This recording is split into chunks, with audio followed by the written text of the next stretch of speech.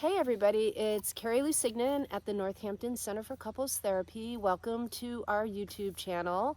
If you haven't tuned in before, we do a lot of videos for you, your relationship, helping you learn the stuff that we do at our center around how to have great friendship, great communication skills, and get the love you want. Today is the fourth video I'm doing in a series, there's more to come still, on relationship skills that I have deemed so important that I'm seeing them as relationship superpower skills. And so I'm really excited about this video today because the superpower skill I'm going to be talking about, I'm going to say I think is the most important relationship superpower skill that is out there.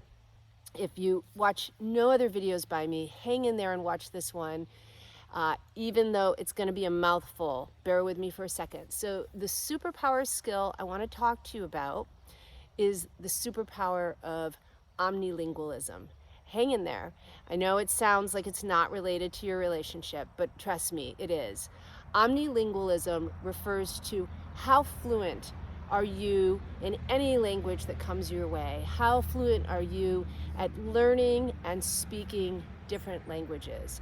And as a couples therapist, what I'm looking at when I'm talking about languages, particularly as it pertains to the superpower, is the languages of emotion.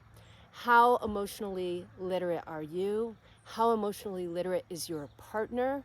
How fluent are you in a range of feelings? And what happens when the two of you come together based on your similarities and differences? This is really critical.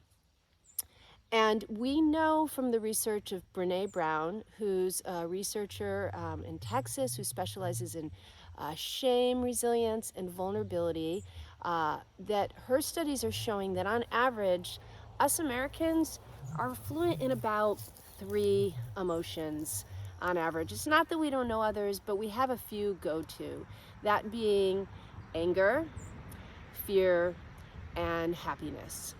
Now, when I heard that, I was actually kind of blown away because I knew it wouldn't be like a high number, but 3 is really low. I thought maybe it would be 5. And what Brene is saying also based on her research is for us to actually be fluent in emotions to a level that really is correlated with thriving and emotional health, relationally, individually, we have to have actually about 30 plus of them down. And that is a tall order for many of us because we have not been raised or grown up in a world that supports that at all. Now today I'm usually wear a superhero t-shirt, but you'll notice this is not Cookie Monster. This is Sadness from Pixar's Inside Out. I'm assuming most people have seen it, but if you haven't seen it, it is the best movie out there depicting sort of the importance of emotional literacy, emotional fluency. It really talks about the cost that occurs to us as an individual, in this case a little girl in the movie, when we disown any one of the emotional parts of ourselves. The other thing I want to say is you'll hear me talk about John Gottman a lot. He's also a researcher in the field of marital distress. He's created an amazing model in terms of couples therapy that we use at my center. What we know from his research is that he calls this emotion embracing. And emotion embracing in a relationship is not only correlated with the health of the relationship, but it's correlated with the health of the children. And there are other studies that are now supporting that are showing that actually your child's emotional IQ is going to be a bigger predictor of their success than their intellectual IQ. So while we're all signing our kids up, for sorts of activities and homework and sports and stuff, if we're not teaching them how to navigate sadness, how to navigate heartbreak, how to navigate angst, how to navigate anger, they're going to be compromised in their life. But how can we do that if we can't do that ourselves or we can't do that in our relationship? So the first thing I want to say is, in addition to it being important to learn this for the sake of our children, I think we need to learn it for the sake of, all others around us that we love and for our own selves. Because what happens, we also know from the research, I'm kind of a research geek, What we know happens when we disown a part of ourselves emotionally is it doesn't go away, right?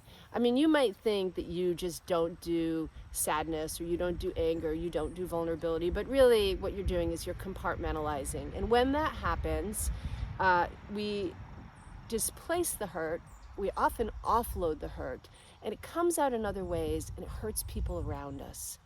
And when that happens, our relationships start to not do well, which is, where I come in. That's what I'm here for. That's what my center's here for. Now, you may be in a relationship with somebody where you do certain emotions really well and not so much others, and they're kind of the opposite. So, for example, you might be a person who says, well, Kerry, I actually go to sadness quite easily. I go to heartbreak quite easily, but my partner doesn't. My partner just shuts down, or they go to anger. Now, Gottman would call that a meta-emotion mismatch. And we actually see that a lot in couples.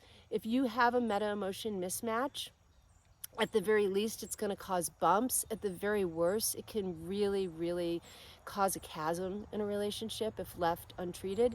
It's actually a common thing. It's nothing to be alarmed about, but at its root, what it comes from is what I'm talking about here is not being omnilingualistic, if that's the word, in emotions that would allow you to meet your partner and attune to them.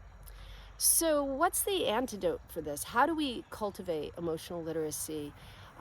It's certainly something we think about a lot at our center.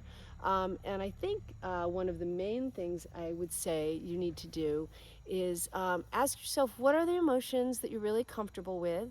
What are the ones you go to easily? And what are the ones not so much? You don't do this emotion, you don't do that, or you have to be dragged there kicking and screaming.